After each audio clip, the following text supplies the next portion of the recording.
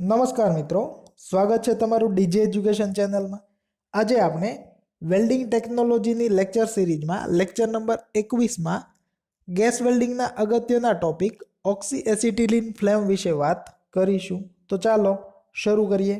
Okay, સ્ક્રીનમાં તમે જોઈ શકો છો એ મુજબ આ લેક્ચરમાં આપણે અગત્યના 6 મુદ્દાની ચર્ચા કરવાની છે। તો એક પછી એક જોતા જઈએ। સૌથી પહેલા વાત કરીએ ઓક્સી એસિટિલિન ફ્લેમના પ્રકાર। તો જોઈએ, ગેસ વેલ્ડિંગમાં બ્લો પાઇપ અથવા તો ટોર્ચ દ્વારા સપ્લાય થતા ઓક્સિજન અને એસિટિલિન ગેસના પ્રમાણના આધારે છે એ ઓક્સી એસિટિલિન ફ્લેમના 3 પ્રકાર છે એ પડે છે। પહેલું છે ન્યુટ્રલ ફ્લેમ, બીજો છે ઓક્સિડાઇઝિંગ ફ્લેમ અને ત્રીજો છે કાર્બ્યુરાઇઝિંગ ફ્લેમ। તો આ 3 પ્રકાર છે, આપણે એક પછી એક છે એ સમજતા જઈશું અને તમને ખ્યાલ આવી જશે કે ઓક્સિજન અને એસિટિલિનના પ્રમાણ મતલબ કે કેટલો ગેસ સપ્લાય થાય છે એના આધારે કઈ રીતે છે એ પ્રકાર છે એ પડે છે। તો સૌથી પહેલા વાત કરીએ ન્યુટ્રલ ફ્લેમની। તો એની અંદર ગેસ વેલ્ડિંગમાં જ્યારે તમારે ન્યુટ્રલ ફ્લેમ બનાવવાની હોય ત્યારે બ્લો પાઇપ વડે છે એ ઓક્સિજન અને એસિટિલિનનું એક સરખું પ્રમાણ છે પૂરું પાડવામાં આવે છે। મતલબ કે જે બંને સિલિન્ડર તમે ઉપયોગમાં લ્યો છો ગેસ વેલ્ડિંગમાં ઓક્સિજન અને એસિટિલિનના, એની અંદરથી એક સરખા પ્રમાણમાં છે એ બંને ગેસ છે સપ્લાય કરવામાં આવશે। જેમ કે 1 મિનિટમાં તમે 10 લીટર જેટલો ગેસ ઓક્સિજન સપ્લાય કરો છો તો એટલો જ 10 લીટર જેટલો તે 1 મિનિટમાં ગેસ એસિટિલિન પણ છે સપ્લાય થતો હશે અને એના વડે જે ફ્લેમ બનશે જેને આપણે ન્યુટ્રલ ફ્લેમ છે એ કહીએ છીએ। અને ન્યુટ્રલ નામ ઉપરથી જ તમને ખ્યાલ આવી જશે કે ઓક્સિજન અને એસિટિલિનનું પ્રમાણ છે એ ન્યુટ્રલ કહેતા એક સરખું છે એ હશે। આગળનો મુદ્દો જોઈએ તો કે આ ફ્લેમની ધાતુ કે જેના ઉપર તમે વેલ્ડિંગ કરો છો એ વેલ્ડ ઉપર કોઈ આડઅસર થતી નથી અને આનો જે આકાર હોય મતલબ કે આકૃતિમાં તમે જોવો છો એના મુજબ ન્યુટ્રલ ફ્લેમના છે એ 3 છે એ ભાગ હોય છે। સૌથી પહેલાં હશે ઇનર કોન, જે તમે અહીંયા આકૃતિમાં જોવો છો એના મુજબ જે બ્લો પાઇપનો નોઝલનો આગળનો ભાગ છે એ તરત બંને ગેસનું મિશ્રણ ત્યાં આવતું હશે, તમે સ્પાર્ક લાઇટર વડે છે એ સળગાવશો ત્યારે છે એ આગળનો ભાગ છે એ ત્યાં કંઈક આવો ઇનર કોન છે જનરેટ થતો હશે અને એ ઇનર કોન છે એ આ રીતે ગોળાકાર હશે, બરાબર। આગળ જોઈએ તો કે બીજો ભાગ એનો ઇનર રિડ્યુસિંગ ઝોન છે એ હશે, જેને આપણે અંદરનું નાનું આવરણ કહીએ છીએ, જે ક્યાંક અહીંયા છે એ હશે અને ત્રીજો ભાગ જોઈએ તો કે આઉટર ઝોન મતલબ કે બહારનું આવરણ મતલબ કે ફ્લેમ છે એનો છેડાનો ભાગ છે કંઈક અહીંયા છે એ હશે અને આ ફ્લેમમાં છે એ સૌથી વધુ તાપમાન જે ઇનર કોન છે એની બરાબર આગળ અહીંયા ક્યાંક છે એ જનરેટ થતું હશે અને એ લગભગ 3200 ડિગ્રી સેન્ટીગ્રેડ જેટલું છે એ હોય છે। હવે આગળ જોઈએ તો કે ન્યુટ્રલ ફ્લેમના ઉપયોગ। તો ન્યુટ્રલ ફ્લેમ છે એ સામાન્ય રીતે લગભગ તમામ ધાતુના વેલ્ડિંગ માટે છે ઉપયોગમાં લેવાય છે અને સૌથી વધુ પ્રમાણમાં વેલ્ડિંગ થતું હોય એવી ધાતુ જેમ કે mild steel, stainless steel, cast iron, copper અને શુદ્ધ એલ્યુમિનિયમ જે છે એનું વેલ્ડિંગ કરવાનું હોય ગેસ વેલ્ડિંગ ત્યારે છે એ ન્યુટ્રલ ફ્લેમનો ઉપયોગ કરવામાં આવે છે।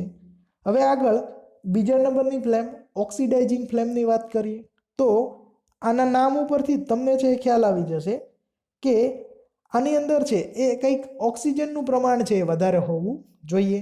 તો જોઈ લઈએ તો કે ગેસ વેલ્ડિંગમાં ઓક્સિડાઇઝિંગ ફ્લેમ બનાવવા માટે બ્લો પાઇપ વડે ઓક્સિજનનું પ્રમાણ છે એ એસિટિલિન કરતાં છે એ વધુ રાખવામાં આવે છે અને એના કારણે છે એને ઓક્સિડાઇઝિંગ ફ્લેમ કહેવામાં આવે છે અને આ ફ્લેમને લીધે છે એ ધાતુ ઉપર ઓક્સિડાઇઝિંગ અસર થાય છે કારણ કે ઓક્સિજન છે એ વધારે પ્રમાણમાં હશે અને એના લીધે ધાતુ ઉપર ઓક્સાઇડનું પડ છે એ બને છે।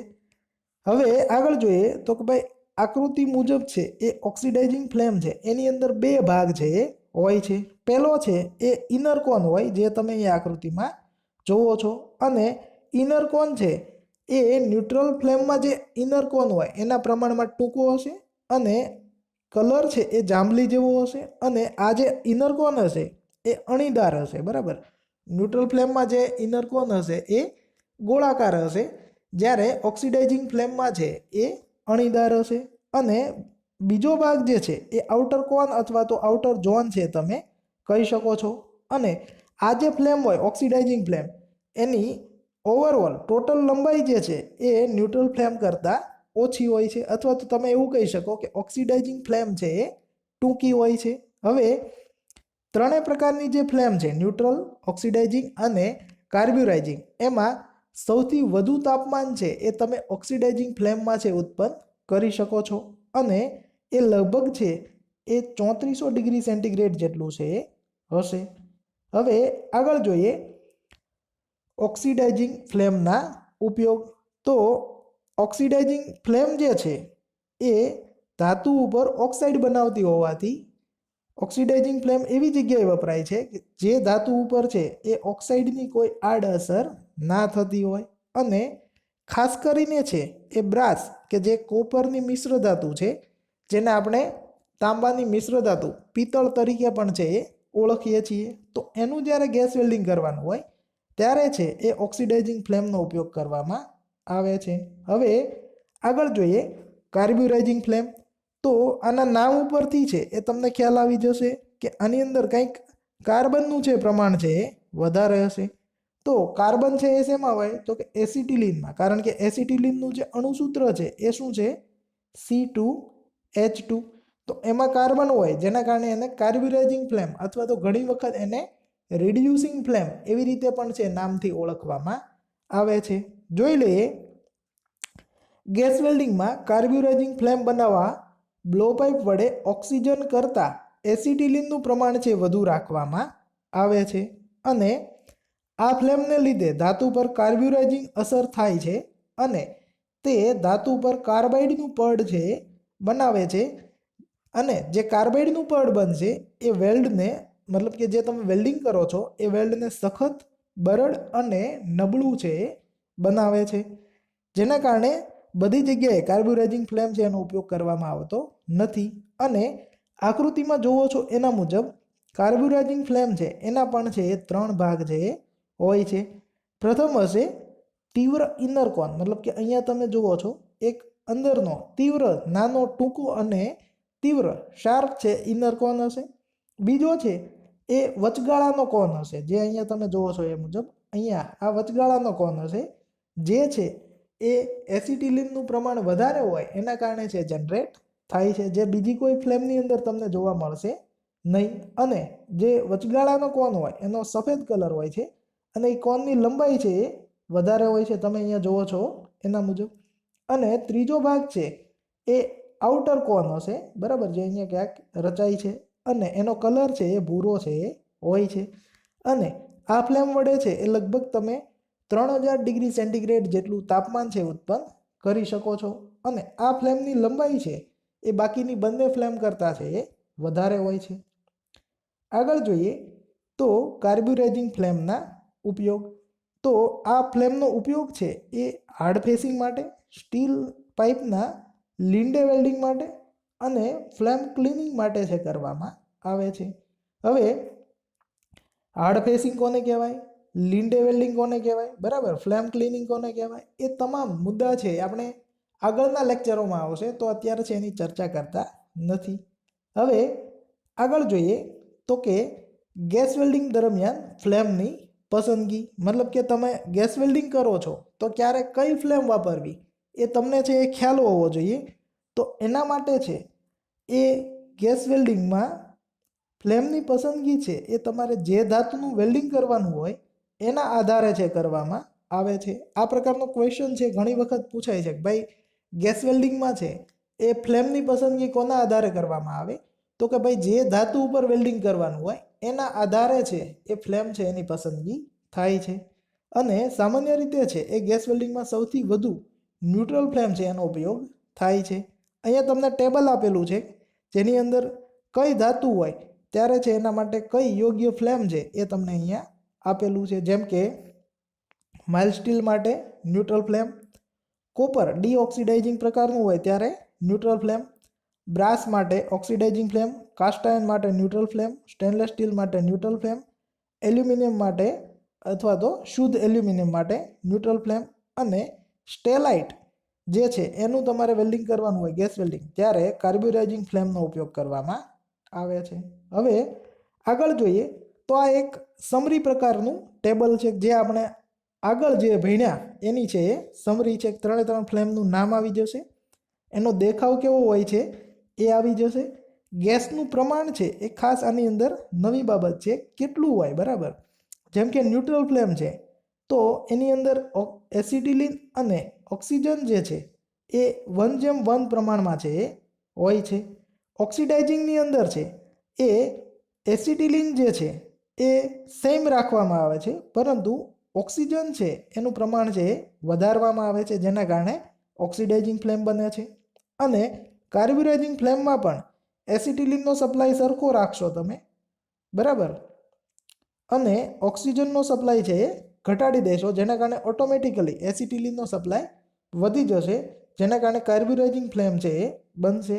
અને ઉત્પન્ન થતું તાપમાન અહીંયા તમને ડિગ્રી ફેરનહીટમાં આપેલું છે જે લગભગ આપણે આગળ ડિગ્રી સેન્ટીગ્રેડમાં વાત કર્યું એના આજુબાજુનું છે એ હશે અને ઉપયોગ આપેલા છે જે આપણે ઓલરેડી જોઈ લીધા છે. હવે આગળ નેક્સ્ટ મુદ્દાની વાત કરીએ તો કે બેકફાયર અને ફ્લેશબેક. તો સૌથી પહેલાં વાત કરીએ બેકફાયરની.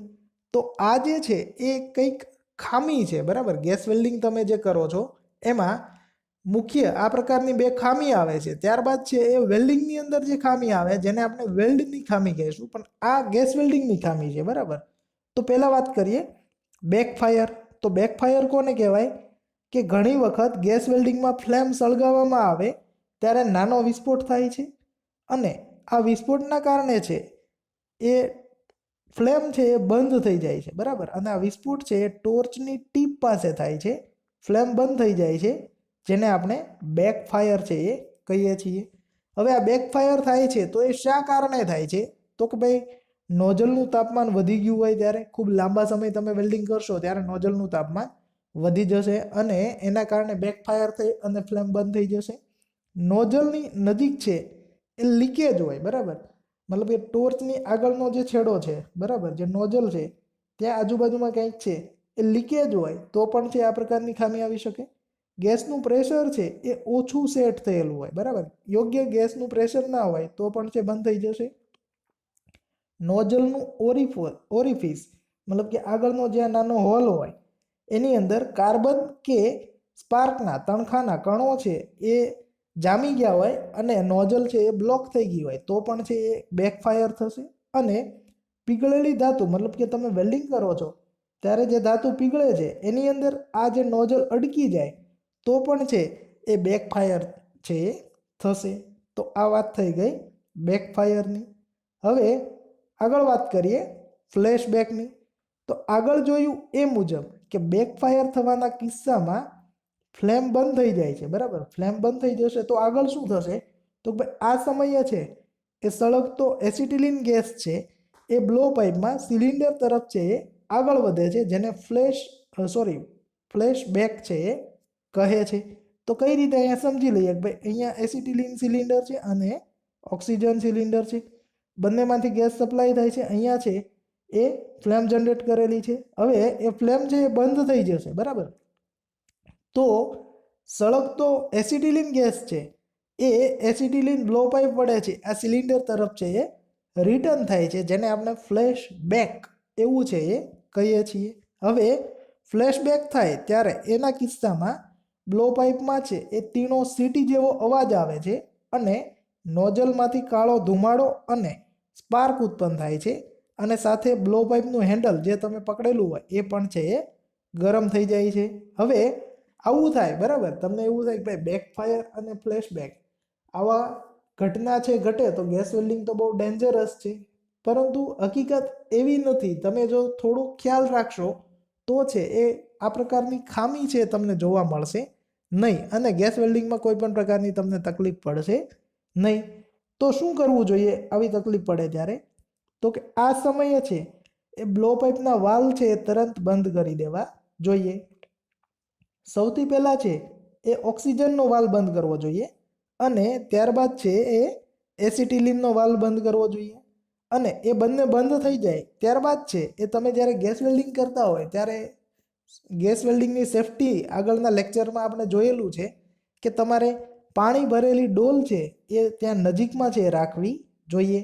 તો આવું થાય તો બંને વાલ્વ પહેલાં બંધ કરી દો અને ત્યારબાદ જે બ્લો પાઇપ છે એને પાણીની અંદર છે તમે ડૂબાડી દેશો અને જે સિલિન્ડર છે ઓક્સિજન અને એસિટિલિન એના બંનેના વાલ્વ છે તમારે બંધ કરી દેવા જોઈએ, જેના કારણે છે એ કોઈ એક્સિડન્ટ છે એ થાય નહીં, વિસ્ફોટ છે એ થાય નહીં.